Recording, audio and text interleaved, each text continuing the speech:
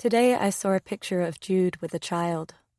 Not one of the fair-haired nieces I remembered from photographs around the old house who would be grown by now, but a dark-haired little girl. 3 or 4 years old. Still soft-cheeked, straight hair cropped at her chin. A short fringe that looked home-trimmed. Eyes so brown they were almost black. A cupid's bow mouth, stained with berries at the creases. Jude's lips. The photograph had been featured in an article about a portrait prize for capturing contemporary Australian life. The artist herself was unfamiliar to me, but it had come up when I searched Jude's name. Such a long time since I'd seen or heard from him, though sometimes, lonely and between lovers, I looked him up online. There was never much to find. Jude had remained a great resistor of technology, it seemed, in the time we'd been apart, preserving his privacy and his solitude. Within a few years of the fire, he had all but disappeared. But then this, Jude and his daughter overlooking a green valley at a farm or vineyard. Mountains behind them, bluing with distance. Somewhere in Tasmania, low grey fog lingering above the hills like a memory of smoke. It was something in the way he held her. That's how I knew she was his. Not composed and smiling the way you would be when holding someone else's child to show that everyone is having a good time. They were caught off guard, Jude with his back to the camera and the girl in his arms. She was peering over his shoulder at whoever was taking the picture. He'd turned, just at the moment the shutter fell.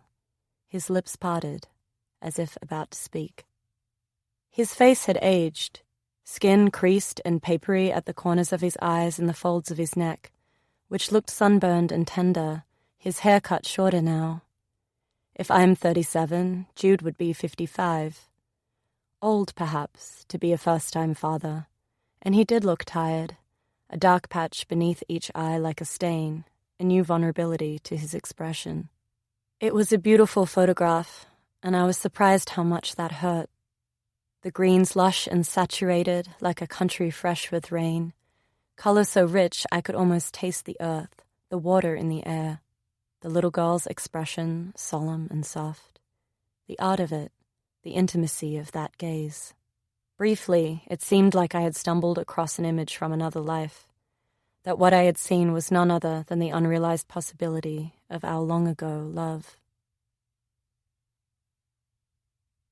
"You're hung up on the past," my mother said to me earlier tonight. "Why carry all that around with you?" We were standing in the kitchen of her house in the Blue Mountains west of Sydney, and I was watching her attempt to slice through a lime with a butter knife. I remembered this feeling from when I was younger. We had moved so often when I was growing up that in the process of packing up or unpacking, we were always missing some essential tool for whatever task was at hand. Things got lost along the way.